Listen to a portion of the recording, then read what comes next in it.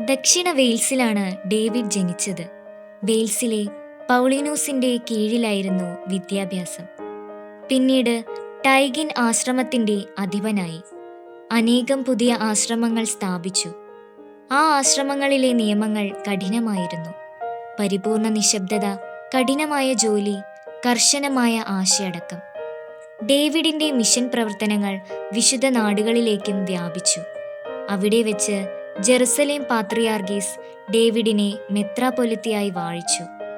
AD 569 കൂടിയ synod of വിക്ടറിയുടെ അധ്യക്ഷപദം അലങ്കരിച്ചത് ഡേവിഡായിരുന്നു. ബ്രിട്ടനിൽ പ്രചരിച്ചിരുന്ന Pelagian പാഷണ്ഡതയ്ക്കെതിരെ അദ്ദേഹം ആഞ്ഞടിച്ച് അതിനെ തോൽപ്പിച്ചു. 1120 പോപ്പ് കലിക്സ്റ്റസ് രണ്ടാമൻ ഡേവിഡിനെ വിശുദ്ധനെന്ന് പ്രഖ്യാപിച്ചു. വെയിൽസിലെ ആശ്രമ ജീവിതത്തിന്റെ ഏറ്റവും സുവർണകാലം ഡേവിഡിന്റെ കാലഘട്ടമായിരുന്നു. വെയിൽസിന്റെ മധ്യസ്ഥനാണ് വിശുദ്ധ ഡേവിഡ്.